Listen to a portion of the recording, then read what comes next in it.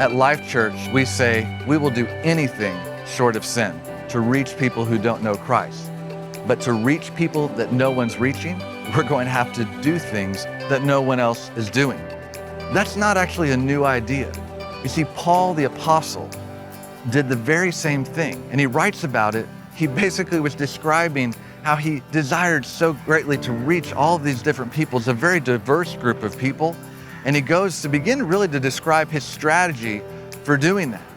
And right there at the end, he begins to tell us why. He says, I've become all things to all people so that by all possible means I might save some. By all possible means. Paul is relentless in his pursuit of sharing the gospel. And that's exactly why we're willing to do anything short of sin to pursue our mission as a church. One of the areas that's happening is what we call Church Online. In 2006, we said, given where we live today, and given what it means to go to all the world, what does that mean in the context today where we have tools and technologies like the internet? And we thought, what if we could use technology to create an environment online that would bring and gather people together to have church and to be a church that existed and met online?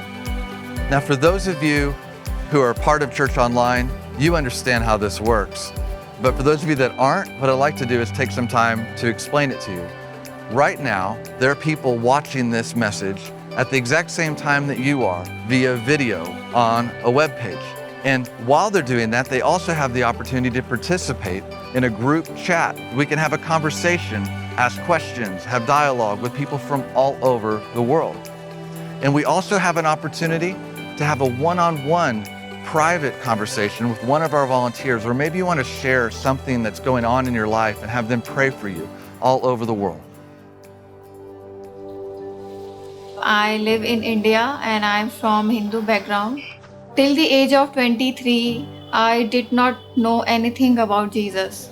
But one day I was watching TV and suddenly a Christian program came, and there I got to know about Jesus. I found Church Online through a Google search. The host welcomed me so compassionately, so I wanted to go Church Online daily. I started volunteering to serve Church Online because I want to serve God, to help people who are alone and who needs prayer. I want to bring them to the throne of God. This thing has touched my heart.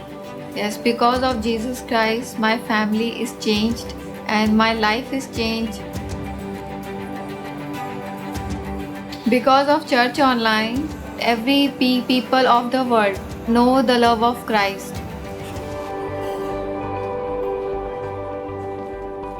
What you probably don't realize is that where she's from in India, it often ranks as the top country for where people attend Church Online from.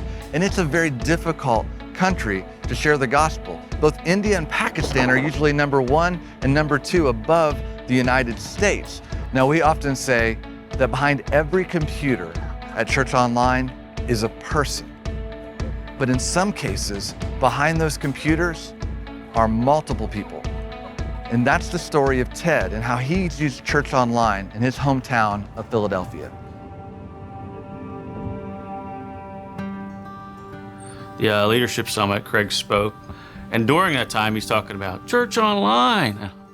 I got home and I just started searching for it, and you kind of have that moment of, this can go anywhere. And then we were doing life groups. I said, hey, let's try this. I've been watching this Craig guy, I really like him. And the way he taught was so different. It was so refreshing. Eventually just turned into, we just watched the whole church online. I didn't have to worry about it, make sure I was hitting all the right targets. He did all the heavy lifting and freed us up. You know, me and the other guys that were kind of leading the group, to 90% of what we do is just being with people.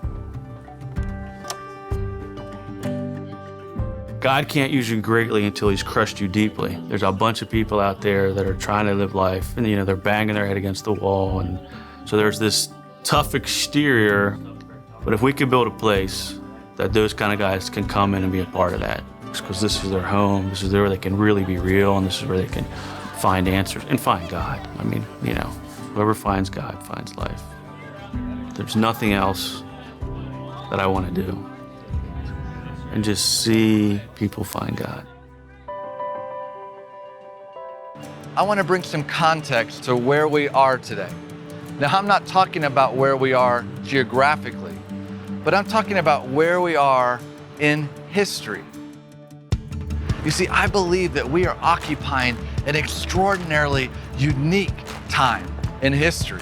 There are more people alive today than ever before, and the population is growing rapidly right here during this time that we're alive. And at the same moment in time, we see this explosion of tools and technologies that have the potential to knit this population together like never before. Now, right now, today, I'm standing in Singapore. Some of you are at one of our campuses. Others of you are at network churches, and still even more are at church online, perhaps in the comfort of your home or in a coffee shop in cities all over the world. Yet because of technology, we're sharing this moment together. And I don't believe that it's an accident that we're here at this time. I believe that we're here for a purpose, because God could have chose to place us here at any other moment in time, but He chose to place us here now, and it's for a reason. And the reason I know that is if we look in Scripture and we read in Acts chapter 17, verse 26, you read, "From one man He made all the nations, that they should inhabit the whole earth. And He marked out their appointed times in history." You see, this time, it's been marked out for you and I. It's been appointed by God. He could have placed us here at any point in time, but He chose to place us here now. And He's asked all of us to share Him with this world. And when I look at the opportunity that's there with the technology and all that, but then think about the fact that it's extremely intentional that we're here now, it's here for a purpose. It's not simply an opportunity to share the gospel. It's a huge responsibility for us to leverage this moment in time and relentlessly pursue those who don't know Him.